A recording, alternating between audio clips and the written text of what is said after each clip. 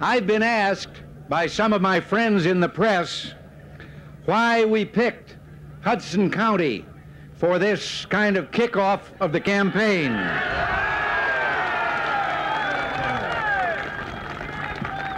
Now, I'm sure they asked because Hudson County is the home of Democrats in such great numbers. No, and I hope a lot are here. As a matter of fact, I'm the first Republican candidate to come here since 1968. But the answer to their question is, I'm here because it is the home of Democrats, because I believe today that in this country there are millions of Democrats who are just as unhappy with the way things are as all the rest of us are.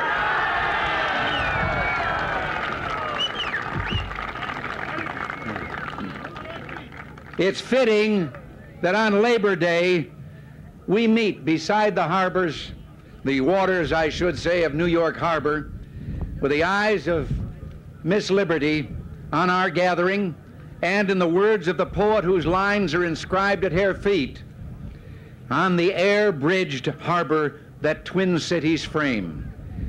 Through this golden door, under the gaze of that mother of exiles, has come millions of men and women who first set foot on American soil right there on Ellis Island, so close to the Statue of Liberty. These families came here to work. They came to build. Others came to America in different ways from other lands under different and often harrowing conditions. But this place symbolizes what they all managed to build, no matter where they came from, or how they came, or how much they suffered. They helped to build that magnificent city across the river. They spread across the land, building other cities and other towns and incredibly productive farms. They came to make America work. They didn't ask what this country could do for them, but what they could do to make this refuge the greatest home of freedom in history.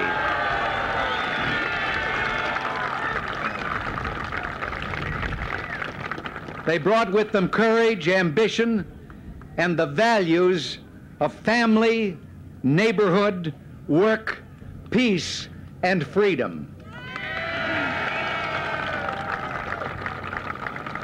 We all came from different lands, but we share the same values, the same dream. Today, a president of the United States would have us believe that dream is over, or at least in need of change. Jimmy Carter's administration tells us that the descendants of those who sacrificed to start again in this land of freedom may have to abandon the dream that drew their ancestors to a new life in a new land. You're right. The Carter record is a litany of despair, of broken promises, of sacred trusts abandoned and forgotten. 8 million out of work, inflation running at 18% in the first quarter of this year, black unemployment at 14%, higher than any single year since the government began keeping separate statistics. 4 straight major deficits run up by Carter and his friends in Congress. The highest interest rates since the Civil War, reaching at times close to 20%. Lately, they're down to more than 11%, but now they've begun to go up again. Productivity falling for 6 straight quarters among the most productive people in the world. Through his inflation, he has raised taxes on the American people by 30%, while their real income has risen only 20%. The lady standing there in the harbor has never betrayed us once, but this administration in Washington has betrayed the working men and women of this country.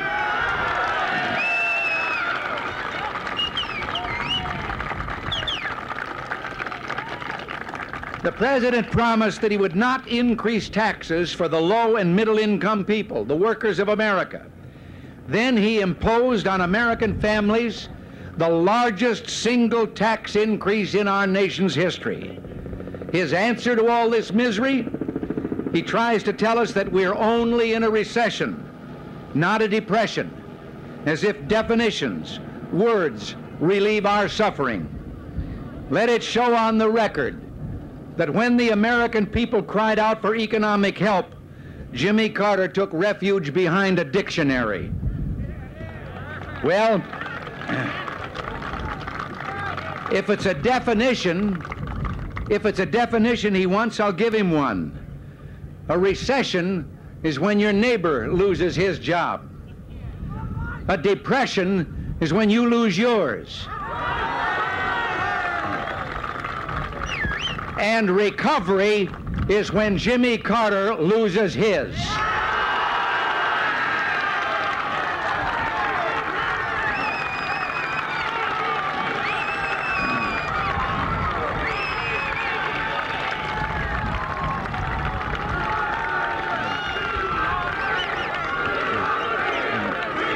Thank you. Thank you.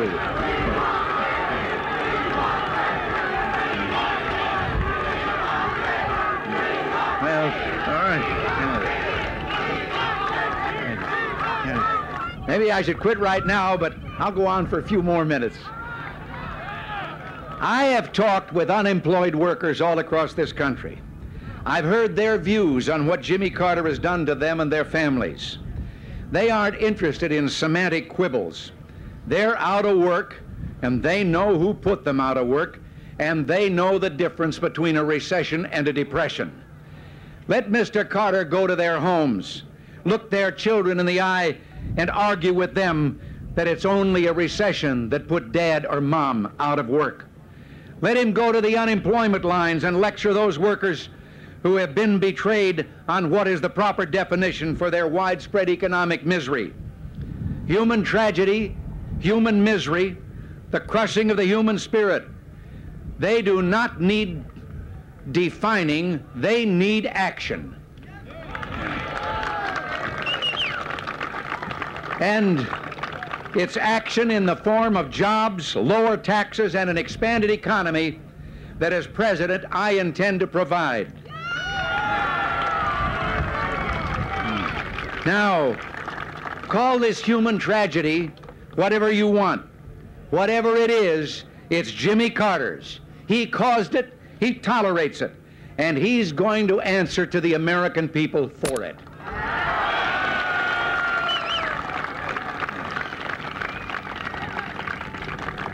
Last week, more than 3 years after he became president, he finally came up with what he calls a new economic program.